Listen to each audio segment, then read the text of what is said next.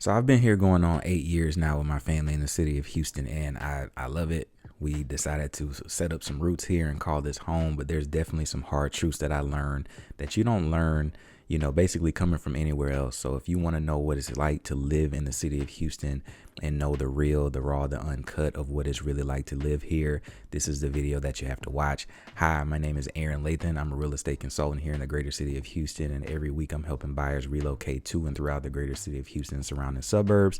So if you want to know anything about where to eat, sleep, live, play, hit me up morning, noon, or night. I'm your guy. And in this video, I'm going to hop right into it. Not much fluff.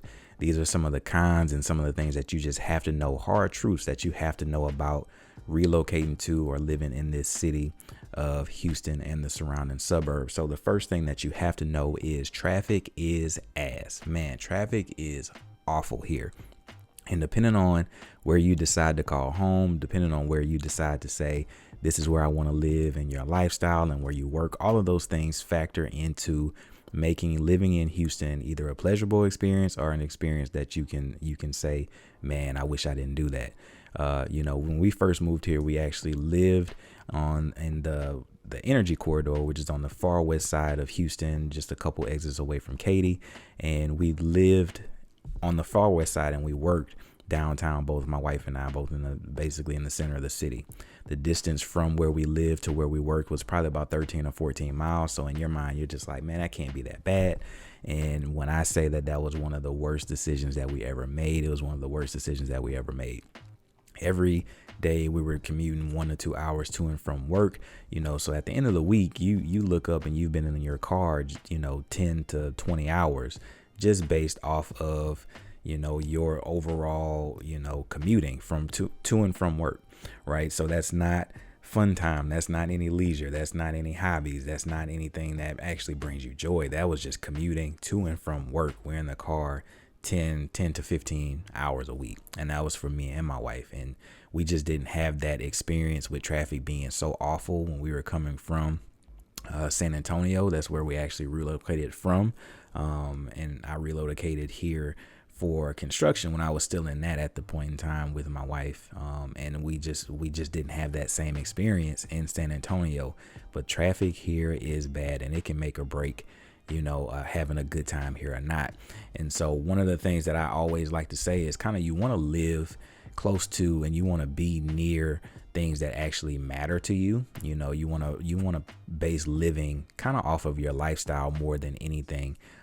Just because, like I said, if you have to drive 10 hours a day or 10 hours a week to and from something that doesn't actually bring you joy, you're going to actually probably hate living here in the city of Houston. Is just not that bad.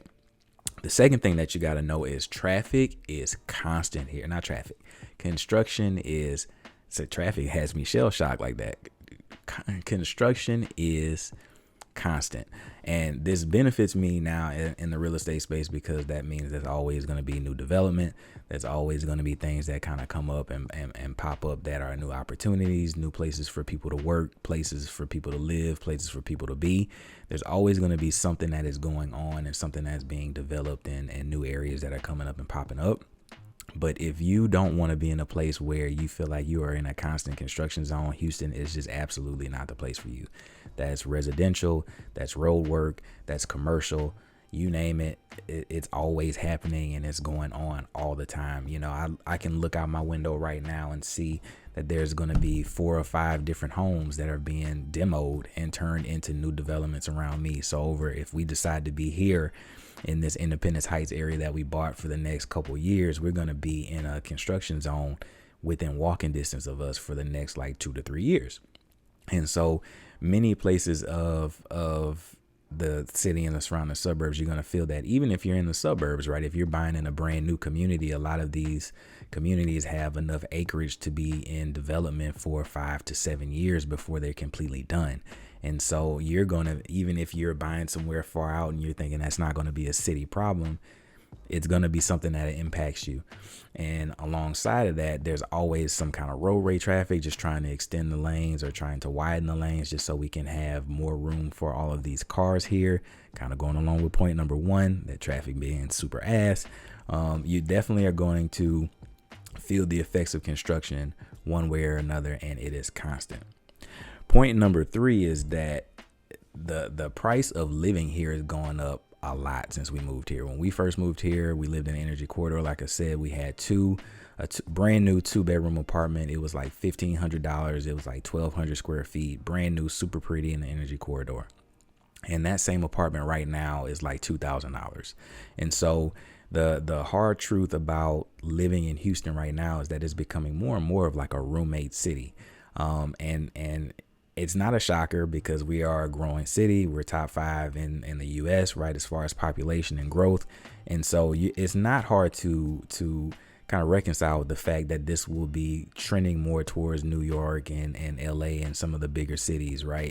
It's not hard to see, but it's a little bit different to deal with coming in Houston because Houston is kind of known as being one of the most affordable cities to live in, affordable big cities to live in.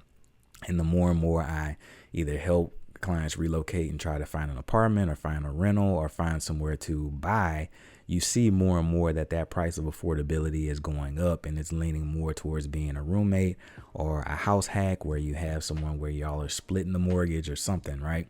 It's becoming more and more of a thing that it's more, I'll say it, heading more towards a roommate city or a partnership city as opposed to just coming out here and being solo. Under a certain price point, there's just not much you can do, just running the numbers on one of the analysis that I did for a recent person that hit me up on YouTube. They were looking to move here and get an apartment. And, the requirements here is basically 3 times or more for your income to qualify for an apartment. So if you're making under, let's say, $50,000, you can only afford like a $1,500 apartment here, and actually lower than a $1,500 apartment here.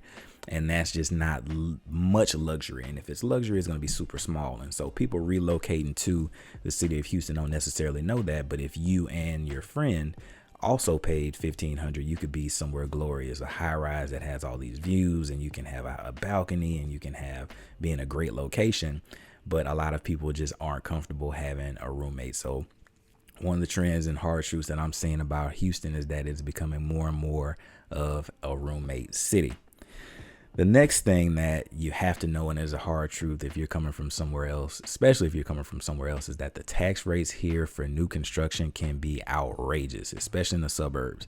In the suburbs here, if you have let's say a $400,000 house, many times the tax rates in a lot of these new developments and new construction areas, and so we're talking Cypress, your Manvilles, your Alvins, your Pearlands, all of these places that are being developed and have new construction areas, their tax rates out there are many times over 3%. So if you have a $400,000 house, you're going to pay at least $1,000 a month just for taxes. That's not principal and interest. That's not insurance. Just taxes is going to be $1,000 per month. And so many times people aren't expecting it to be that, and they just look at a house and say, "Oh, it's $450. I'm approved for $450." $450 in the city versus $450 in the suburbs is a completely different tax note. So it's just one of those things where your overall mortgage could be $400, $500, $600, $700 more expensive in the suburbs than it would be in the city. So the tax rate here is outrageous. I've seen some as close to like 4%, right? So on that $400,000 house, you're paying that much more a month in taxes, right? So you gotta keep that in mind. I know I have some friends that live in California, and they sent me some houses that the house price was much higher, but the tax bill was strikingly less than what we would pay here. So at the end of the day, who really wins? I don't really know. I know you get bigger houses for a smaller amount, but at the end of the day, that the actual payment may not be as far off as you think, just because of some of the taxes if you're going new construction. And so following up on that same kind of trend, the thing to note about being in this actual city of Houston, right, in the surrounding suburbs right now, is that we are having historic years, and that's hurtful for a lot of people that are trying to make that relocation, or that they're trying to buy their house for the first time, or even trying to rent. We're having historic years for rentals and buying right now in the greater city of Houston. We've had under 2 months of inventory for now going on a little over 2 years now. And so what that basically means is that for every house that hits the market, there's like 10 eligible buyers just out of the gate that can buy that house. And same for renters. If you think that you're special, if you think that I have a good job, I got myself lined up, there's probably 10 other people just like you that have the same finances, have maybe a little bit more money, a little bit better credit. There's 10 of you basically for every house that is available right now.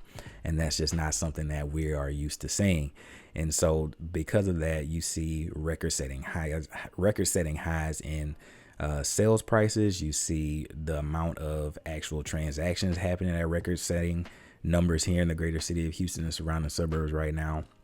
Inventory is just super low in new construction as well as in the resale market. So it is definitely a different place to be on the search end than it was 2 years ago. 2 years ago, you could come in with 300,000 and get a little mini McMansion that would be nice and damn near brand new in pretty much any place in the city and the surrounding suburbs. And 300,000 is basically pretty much entry level pricing right now, just because of the record highs that we're having. So it's definitely something to consider if you are thinking about making that move and going on to greener pastures, is that we're having record high years, and you're going to have to be prepared to either wait for that house to be built, or you're going to have a little bit of patience as you're traveling to maybe come out here and do some touring and things of that nature. So definitely some historic years, and that's a hard truth that a lot of people aren't really ready to hear right now.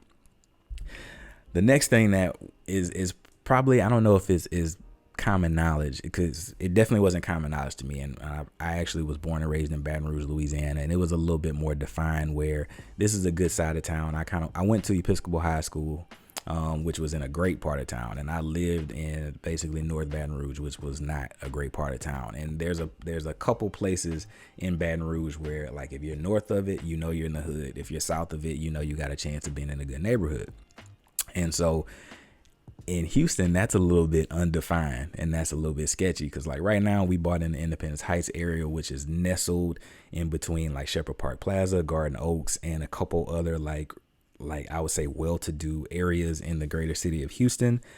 But in my section, there's apartments, there's like a meat processing shop, there's these kind of one-off old dingy kind of restaurants and things that are up here, warehouses, there's trailer parks, and then you walk the opposite direction and you can see $1 million or multi-million-dollar house just based on the turn that you take. And that's because zoning and gentrification here is just at an all-time high. I've never witnessed anything like it in San Antonio. I don't think I've seen anything like that in San Antonio before we moved here.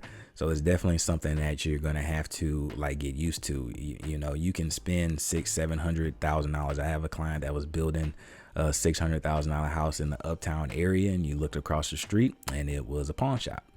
I've had a couple clients that were building in the Edo area, and you look across the street and it's an abandoned house. Now, you have to say, and you have to assume that based on the things that are going on around you, that's going to redevelop, that's going to eventually become maybe a bistro, or that's going to eventually become another development across the street from you. So it may not be long. If it's anything like the Independence Heights area, it won't be long before all the eyesores are kind of gone or leaving.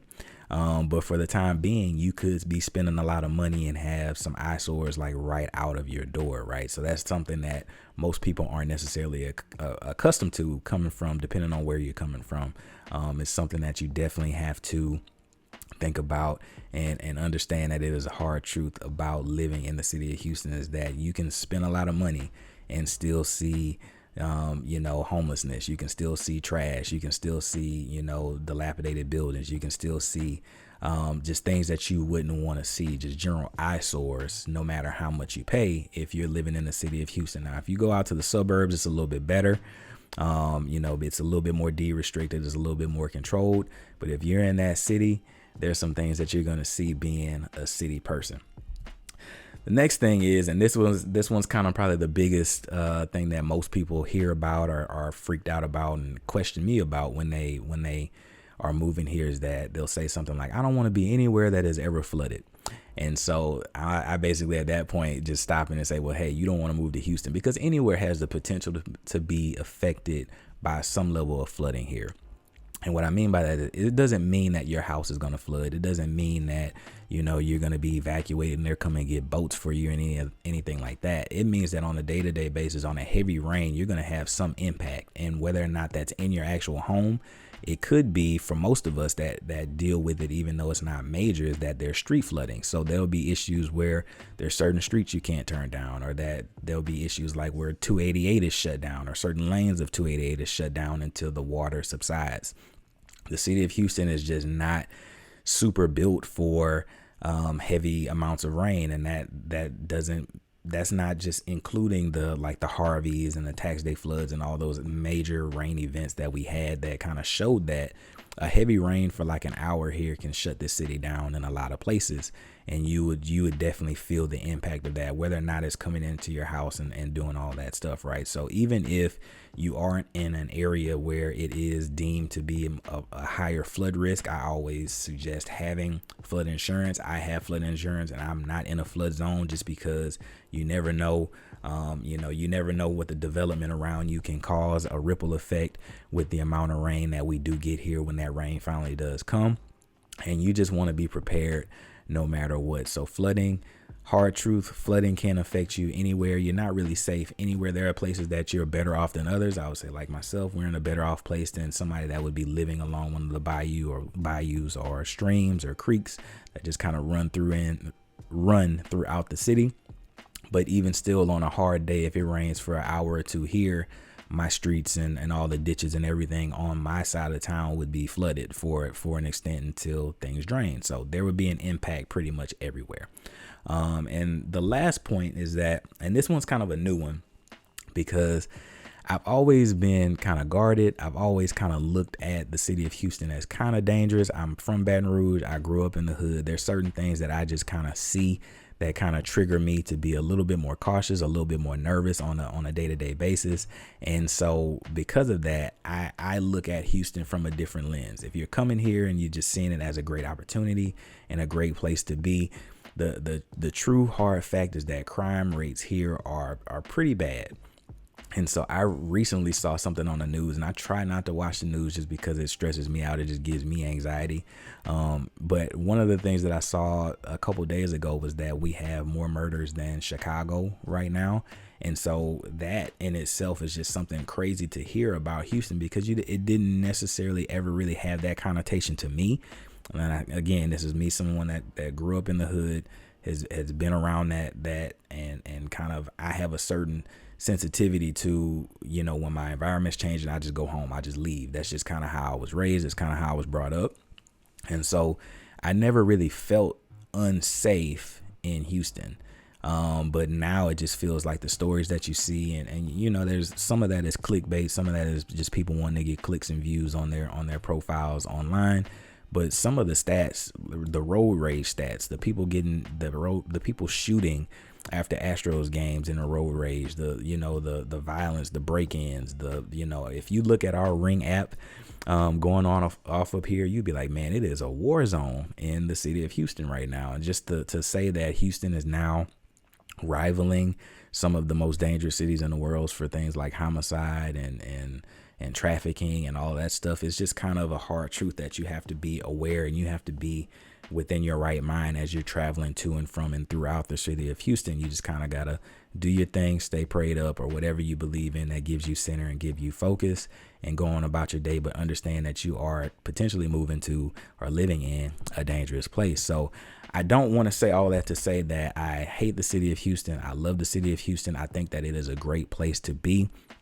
It's great opportunities. My family has set up roots here. We bought a home here. I don't think we're leaving or going anywhere anytime soon, but it's definitely some things that you have to think about if you're going to be calling the city of Houston and surrounding suburbs home. So what do you think? How did I do? If you have any questions at all, there's going to be all of my contact info is going to be either in the bio or somewhere on this screen right now. Hit that subscribe button. I'm doing these kind of videos every week, giving you the good, the bad, the ugly of what it's like to live in the greater city of Houston. If you have any questions at all, feel free to hit me up. I look forward to hearing from you, and I hope you have an amazing day.